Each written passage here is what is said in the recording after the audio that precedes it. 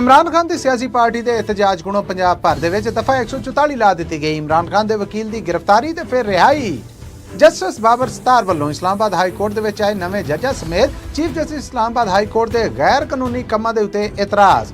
जे शकील आफरीदी अमरीका नूं देख के डॉक्टर आफिया सदीकी वापस लभ जे ते तुहाडा की ख्याल है? इस्लामाबाद हाई कोर्ट का पाकिस्तान की फैडरल सरकार तो सवाल। ये पंजाबी रेडियो USA है। मैं हाँ आप सब दे रूबरू मसूद मल्ली अपडेट पाकिस्तान लैके। अज अमरीका दे विच 7 फरवरी साल 2025 पाकिस्तान च 8 फरवरी साल 2025 का दिन है। मेरे वालों सब सुनने वालों की सेवा च बड़ा भरिया निगा जिहा दोवें हथ जोड़ के सलाम अदाब और सत श्री अकाल जी आयां नूं कहने और बड़ा निगा जिहा स्वागत है तुहाडा अज साडे इस बुलेटिन दे विच जिहड़ा पाकिस्तान दे नाल जुड़ियां खबरां बाबत है। और आप सब नूं दसदे जाइए कि तुसीं सानूं सुण और देख रहे जे साडे डिजिटल प्लेटफॉर्म्स ते और इहदे नाल साडे रेडियो दे नैशनल और इंटरनेशनल नेटवर्क ते पाकिस्तान दे नाल जुड़ियां कुछ खबरां ने जिहड़ियां उन्हां तों शुरुआत करांगे। कल इस्लामाबाद दे विच या रावलपिंडी अडियाला जेल दे विच इमरान खान दे वकील फैसल चौधरी नूं उदों गिरफ्तार कर लिया गया जदों इमरान खान दे नाल मुलाकात करके बाहर आए। इस तों बाद सोशल मीडिया दे उत्ते और एक्स दे उत्ते एक वीडियो भी शेयर की गई जिहदे च ओह एक पुलिस वाले नूं बेधड़क हो के बहुत मंदी गाल जिहड़ी ओह दे रहे ने। गालां उन्हां नालों कढ़ियां गईयां। उस तों बाद उन्हां नूं बिठाया गया। उन्हां दे नाल कुछ होर वकील ने जिहड़े उन्हां दी भी गिरफ्तारी हुई। बाद च मीडिया के उत्ते आके उन्होंने आख्या कि मेरी पार्टी का यह मौकफ नहीं गा है या ये इरादा नहीं गा है कि असी सियासी लोग ने जिहड़े उन्हां दे बदले पुलिस वालियां नूं या अपने सरकारी महकमे नूं गालां कढ़ीए। मेरी इमरान खान दे नाल एक मुलाकात तय सीगी। मुलाकात तो बाद जदों मैं आया तो जेल अमले ने मैनूं बाहर कढ़िया। अगे जिहड़ी पुलिस चौकी सी उन्होंने सानूं बिठा लिया। लगातार सानूं 2.5 घंटे तक बिठाया गया और 2.5 घंटे तो बाद जदों मैं ये आख्या कि मैनूं मेरा जुर्म दस्सिया जाए या मेरे खिलाफ कोई शिकायत है तो वह दसी जाए। उहदे तो बाद बहस मुबाहिसा शुरू होया। उन्होंने आख्या कि इमरान खान की सियासी पार्टी के वर्करां वालों जिहड़ियां कुर्बानियां दित्तियां गईयां ने सानूं उहदे उत्ते माण है। जिहड़ा गैर कानूनी काम किया जाएगा उहदे जदों एक बंदे नूं उहदा जुर्म ही नहीं दस्सा जाएगा और उहदे नाल बहस मुबाहिसा किया जाएगा लड़न तक आया जाएगा तो फिर इहो जिहे मामले ने जिहड़े ओह हुंदे ने। दूसरे पासे पंजाब सरकार ने पंजाब भर दे विच दफा 144 लाती है जिहदी वजह यह है कि 8 फरवरी 2024 नूं पाकिस्तान भर दे विच आम चोणां होईयां सन। उन्हां चोणां तो बाद इमरान खान की सियासी पार्टी का जिहड़ा मैंडेट या कह लवो कि उन्हां दी जित आ उन्हां दा असल जिहड़ा पार्लिमानी हक आ ओह उन्हां नहीं दिता गया जिहदे ते इमरान खान की सियासी पार्टी वालों एहतजाज का ऐलान किया गया। पंजाब सरकार ने पंजाब भर दे विच इमरान खान के हामियां वालों होने वाले एहतजाज के खतरे को भांपदियां होइयां दफा 144 लाती है। इस तो पहले इमरान खान की सियासी पार्टी ने 8 फरवरी नूं लाहौर के मीनारे पाकिस्तान दे विच एक वड्डा जलसा करने वास्ते इजाजत मंगी सी जो कि इमरान खान की सियासी पार्टी नूं नहीं दी गई। उहदे तो बाद इमरान खान की सियासी पार्टी अज 8 फरवरी नूं खैबर पख्तूनख्वा जिले के स्वाबी दे विच एक वड्डा सियासी इकट्ठ वखाला ये जलसा करन जा रही है। अपने देखण और सुनने वाले दस जाइए कि पंजाब भर दे विच दफा 144 की वजह पंजाब सरकार वालों ये दसी गई है कि असी सूबे दे विच अमनो अमान रखना चाहते हैं। इंटरनेशनल क्रिकेट टीमां जिहड़ियां ओह पाकिस्तान आईयां ने। अगे चैंपीयंस ट्रॉफी है जिहड़ी उहदे वास्ते भी टीमां आउणियां आ। ये बिल्कुल गैर मुनासिब मौका है कि जदों सियासी तौर पर अफरा तफरी मचाई जाए सूबे और मुल्क के भले के वास्ते असी जो मुनासिब समझिया उन्होंने मुख रखदे होए असी सूबे भर दे विच दफा 144 लाती है।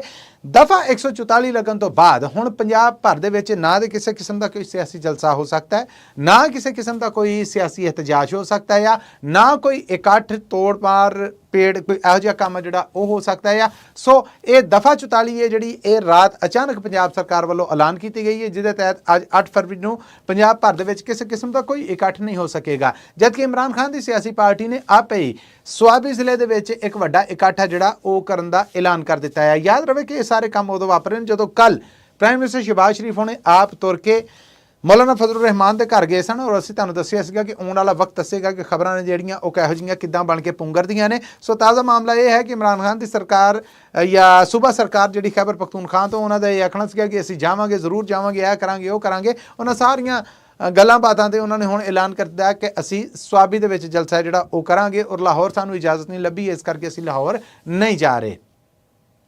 इस्लामाबाद हाई कोर्ट के जस्टिस बाबर सत्तार ने दूसरियां अदालतों चों इस्लामाबाद हाई कोर्ट के विच ट्रांसफर होकर आने वाले जजां ते इतराज़ चुक दिता है। बाबर सत्तार होना का आखना है कि दूसरियां हाई कोर्ट चों इस्लामाबाद हाई कोर्ट च जे किसी जज का तबादला हुंदा है तो उहदे उत्ते उहदी मुद्दत भी लिखी हुंदी है। दूसरा इतराज़ उन्होंने यह चुकिया है कि क्योंकि इन्हां जजां की मुद्दत नहीं लिखी और कोई भी ਕਿਸੇ ਹੋਰ ਹਾਈ ਕੋਰਟ ਦਾ ਜੱਜ ਹੈ ਜਿਹੜਾ ਉਹ ਇਸਲਾਮਾਬਾਦ ਹਾਈ ਕੋਰਟ 'ਚ ਪੱਕਾ ਜੱਜ ਨਹੀਂ ਆ ਸਕਦਾ, ਯਾਨੀ ਉਹਦੀ ਪੱਕੀ ਟ੍ਰਾਂਸਫਰ ਨਹੀਂ ਹੋ ਸਕਦੀ। ਤੀਸਰੀ ਗੱਲ ਉਹਨਾਂ ਨੇ ਆਖੀ ਹੈ ਕਿ ਜਦੋਂ ਤੱਕ ਜੱਜ ਇਹ ਸਹੁੰ ਨਾ ਚੁੱਕ ਲਵੇ ਕਿ ਮੈਂ ਆਪਣੇ ਦੀਨ ਈਮਾਨ ਦੇ ਮੁਤਾਬਕ ਕੰਮ ਕਰਾਂਗਾ ਔਰ ਜਿਹੜੀ ਹਾਈ ਕੋਰਟ ਦੇ ਵਿੱਚ ਉਹਨੇ ਸਹੁੰ ਚੁੱਕੀ ਹੋਵੇ ਉਹ ਉੱਥੇ ਹੀ ਕੰਮ ਕਰਦਾ ਹੈ। ਇਹਨਾਂ 3 ਜੱਜਾਂ ਨੇ ਇਸਲਾਮਾਬਾਦ ਹਾਈ ਕੋਰਟ 'ਚ ਆ ਕੇ ਕਿਉਂਕਿ ਸਹੁੰ ਹੀ ਨਹੀਂ ਚੁੱਕੀ, ਇਸ ਕਰਕੇ ਇਹਨਾਂ ਦੇ ਕੰਮਕਾਰ ਦੇ ਉੱਤੇ ਇਤਰਾਜ਼ ਹੈ ਕਿ ਇਹਨਾਂ ਨੇ ਕਾਨੂੰਨੀ ਤੌਰ ਤੇ ਠੀਕ ਨਹੀਂ ਕੀਤਾ। Chief justice Islamabad high court Aamir Farooq ਹੋਣਾ ਦਾ ਇਹ ਫਰਜ਼ ਬਣਦਾ ਸੀਗਾ ਕਿ ਉਹ ਇਹਨਾਂ ਜੱਜਾਂ ਕੋਲੋਂ ਪਹਿਲਾਂ ਸਹੁੰ ਚੁਕਾਉਂਦੇ ਔਰ ਉਸ ਤੋਂ ਬਾਅਦ ਇਹਨਾਂ ਨੂੰ ਕੰਮ ਜਿਹੜਾ ਉਹ ਦਿੰਦੇ, ਜਦ ਕਿ ਉਹਨਾਂ ਨੇ ਇਹ ਗਲਤ ਕੀਤਾ, ਗੈਰ ਕਾਨੂੰਨੀ ਕੀਤਾ। ਔਰ ਨਾਲ ਹੀ ਬਾਬਰ ਸਤਾਰ ਹੋਣਾ ਦਾ ਆਖਣਾ ਹੈ ਕਿ ਇਹਨਾਂ ਜੱਜਾਂ ਨੂੰ ਜਿਹੜੀਆਂ ਜ਼ਿੰਮੇਵਾਰੀਆਂ ਇੰਤਜ਼ਾਮੀ ਕਮੇਟੀਆਂ ਦੀਆਂ ਦਿੱਤੀਆਂ ਗਈਆਂ ਉਹ ਵੀ ਟੋਟਲ ਗਲਤ ਨੇ। ਉਹਨਾਂ ਨੇ ਆਖਿਆ ਕਿ ਜੱਜਾਂ ਦੀ ਸਨੈਰਿਟੀ ਲਿਸਟ ਦੇ ਉੱਤੇ ਅਸੀਂ ਆਵਾਜ਼ ਚੁੱਕੀ ਹੈ ਜਿਹਦੇ ਤੇ ਸਾਨੂੰ ਇਨਸਾਫ ਚਾਹੀਦਾ ਆ। ਉਹ ਜੱਜ ਜਿਹੜੇ ਇੱਕ ਹਾਈ ਕੋਰਟ ਦੇ ਵਿੱਚ ਕੰਮ ਕਰਨ ਦੇ ਨੇ, ਆਪਣੇ ਮਰਤਬੇ ਦੀ ਸਹੁੰ ਵੀ ਚੁੱਕ ਚੁੱਕੇ ਨੇ, ਆਪਣੀਆਂ ਜ਼ਿੰਮੇਵਾਰੀਆਂ ਵੀ ਉਹਨਾਂ ਨੇ ਨਿਭਾਈਆਂ ਨੇ, ਉਹ ਤੇ ਇਹੋ ਜਿਹੀ ਕਾਜ਼ ਲਿਸਟ ਹੈ ਜਿਹੜੀ ਜਾਂ ਸਨੈਰਿਟੀ ਲਿਸਟ ਹੈ ਜਿਹੜੀ ਉਹ ਬਣਨੀ ਚਾਹੀਦੀ ਹੈ ਜਿਹਦੇ ਤੋਂ ਬਾਅਦ ਇਹ ਫੈਸਲਾ ਹੋ ਸਕੇ ਕਿ ਕਿਹੜੇ ਜੱਜ ਦਾ ਕੀ ਮੁਕਾਮ ਬਣਦਾ ਹੈ। ਜਦ ਕਿ ਉਹਨਾਂ ਨੇ 2 ਟੋਕ ਲਫ਼ਜ਼ਾਂ 'ਚ ਕਿਹਾ ਕਿ ਇੱਕ ਜੱਜ ਡੋਗਰ ਸਾਹਿਬ ਜਿਹੜੇ ਕਿ ਲਾਹੌਰ ਹਾਈ ਕੋਰਟ ਤੋਂ ਟ੍ਰਾਂਸਫਰ ਹੋ ਕੇ ਇੱਥੇ ਆਏ ਨੇ, ਉਹਨਾਂ ਦਾ ਲਾਹੌਰ ਹਾਈ ਕੋਰਟ ਦੇ ਜੱਜਾਂ ਦੇ ਵਿੱਚ ਵੀ 15ਵਾਂ ਨੰਬਰ ਸੀਗਾ। 15ਵੇਂ ਨੰਬਰ ਦੇ ਇੱਕ ਜੱਜ ਨੂੰ ਇਸਲਾਮਾਬਾਦ ਹਾਈ ਕੋਰਟ ਦੇ ਵਿੱਚ ਟ੍ਰਾਂਸਫਰ ਕਰਨਾ ਔਰ ਉਸ ਤੋਂ ਬਾਅਦ ਪਹਿਲੇ ਦੇ ਸੀਨੀਅਰ ਲੋਕ ਨੇ ਜਿਹੜੇ ਉਹਨਾਂ ਦੇ ਉੱਤੇ ਲਿਆ ਕੇ ਉਹਨੂੰ chief justice Islamabad high court ਬਣਾਉਣ ਦੀ ਜਿਹੜੀ ਇਹ ਕੋਸ਼ਿਸ਼ ਆ,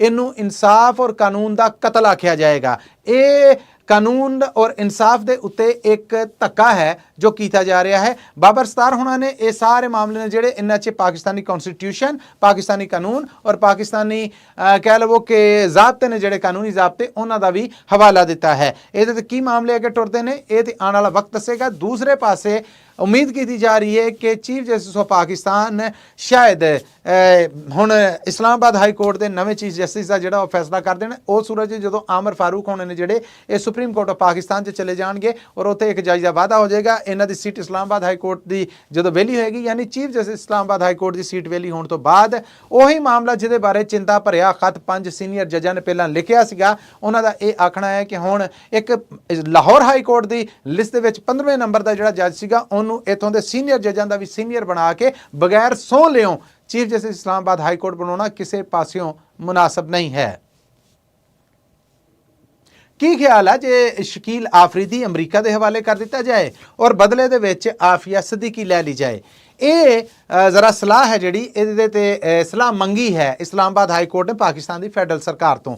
ਇਹ ਕੇਸ ਜੀ, ਇਹ ਮਾਮਲਾ ਜਿਹੜਾ, ਇਹ ਮੁਕੱਦਮਾ ਜਿਹੜਾ ਇਹ ਹੈ ਡਾਕਟਰ ਆਫੀਆ ਸਦੀਕੀ ਦਾ, ਜੋ ਅਮਰੀਕਾ 'ਚ ਕੈਦ ਹੈ ਔਰ ਉਹਦੀ ਰਿਹਾਈ ਦੇ ਵਾਸਤੇ ਰਹਿਮ ਦੀ ਅਪੀਲ ਜਿਹੜੀ ਉਹਨਾਂ ਦੇ ਵਕੀਲ ਸਮਿਥ ਵੱਲੋਂ ਬਾਕਾਇਦਾ ਅਮਰੀਕਾ ਦੇ ਪਿਛਲੇ ਪ੍ਰੈਜ਼ੀਡੈਂਟ ਸਨ ਜਿਹੜੇ, ਉਹਨਾਂ ਨੂੰ ਕੀਤੀ ਗਈ ਸੀਗੀ ਕਿ ਜਾਂਦਿਆਂ ਤੁਸੀਂ ਕੁਝ ਲੋਕਾਂ ਨੂੰ ਮਾਫੀ ਦੇ ਸਕਦੇ ਜੀ, ਉਹਦੇ ਤਹਿਤ ਆਪਣੇ ਇਖਤਿਆਰ ਨੂੰ ਵਰਤੋ ਔਰ ਡਾਕਟਰ ਆਫੀਆ ਸਦੀਕੀ ਨੂੰ ਰਿਹਾ ਕਰ ਦੇਵੋ। ਪਰ ਅਮਰੀਕਾ ਵੱਲੋਂ ਪਾਕਿਸਤਾਨੀ ਪ੍ਰਾਈਮ ਮਿਨਿਸਟਰ ਦੇ ਵੀ 2 ਖਤ ਨੇ ਜਿਹੜੇ, ਉਹਨਾਂ ਦਾ ਕੋਈ ਸਫਾਰਤੀ ਜਵਾਬ ਜਿਹੜਾ ਉਹ ਨਹੀਂ ਦਿੱਤਾ ਗਿਆ। ਹੁਣ ਇਸਲਾਮਾਬਾਦ ਹਾਈ ਕੋਰਟ ਨੇ ਕੱਲ ਇਸ ਮਾਮਲੇ ਦੇ ਵਿੱਚ ਪੁੱਛਿਆ ਹੈ ਕਿ ਜੇ ਅਸੀਂ ਸ਼ਕੀਲ ਆਫਰੀਦੀ ਨੂੰ ਅਮਰੀਕਾ ਦੇ ਸਪੁਰਦ ਕਰ ਦਿੰਦੇ ਔਰ ਅਮਰੀਕਾ ਉਹਦੇ ਬਦਲੇ ਡਾਕਟਰ ਆਫੀਆ ਸਦੀਕੀ ਨੂੰ ਰਿਹਾ ਕਰ ਦਿੰਦਾ ਤੇ ਕੀ ਖਿਆਲ ਹੈ? ਸਟੇਟ ਗਵਰਨਮੈਂਟ ਇਸ ਬਾਰੇ ਦੱਸੇ।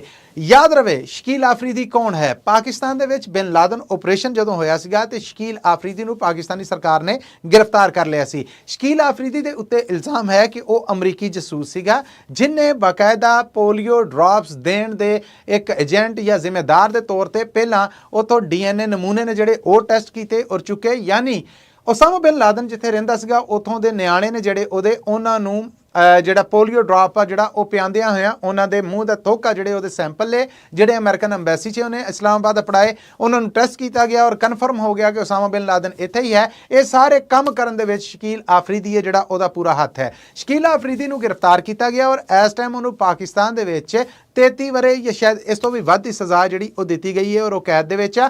ਅਮਰੀਕਾ ਨੇ ਬਾਕਾਇਦਾ ਪਾਕਿਸਤਾਨ ਤੋਂ ਸ਼ਕੀਲ ਆਫਰੀਦੀ ਦੀ ਰਿਹਾਈ ਔਰ ਅਮਰੀਕਾ ਦੇ ਹਵਾਲਗੀ ਦੀ ਮੰਗ ਕੀਤੀ ਸੀਗੀ, ਪਰ ਪਾਕਿਸਤਾਨ ਨੇ ਇਹਦੇ ਤੋਂ ਇਨਕਾਰ ਕੀਤਾ ਕਿ ਉਹ ਪਾਕਿਸਤਾਨੀ ਸ਼ਹਿਰੀ ਹੈ ਔਰ ਉਹਨੇ ਪਾਕਿਸਤਾਨ ਦੇ ਖਿਲਾਫ ਜੁਰਮ ਕੀਤਾ ਹੈ। ਉਹ ਸਟੇਟ ਤੇ ਰਿਆਸਤ ਦੇ ਮੁਲਕ ਦੇ ਖਿਲਾਫ ਗੱਦਾਰ ਦੇ ਤੌਰ ਤੇ ਕੰਮ ਕਰਦਾ ਰਿਹਾ, ਇਸ ਕਰਕੇ ਅਸੀਂ ਨਾ ਤੇ ਉਹਨੂੰ ਰਿਹਾ ਕਰਾਂਗੇ ਨਾ ਅਮਰੀਕਾ ਨੂੰ ਦਾਂਗੇ। ਹੁਣ ਪਾਕਿਸਤਾਨ 'ਚ ਇਸਲਾਮਾਬਾਦ ਹਾਈ ਕੋਰਟ ਪਾਕਿਸਤਾਨ ਦੀ ਫੈਡਰਲ ਸਰਕਾਰ ਨੂੰ ਪੁੱਛ ਰਹੀ ਹੈ ਕਿ ਇੱਕ ਬੰਦਾ ਦੇ ਕੇ ਉਹਦੇ ਬਦਲੇ ਇਹ ਬੀਬੀ ਅਗਰ ਲੱਭ ਜਾਂਦੀ ਹੈ ਤੇ ਇਹਦੇ ਤੇ ਤੁਹਾਡੀ ਕੀ ਸਲਾਹ ਹੈ?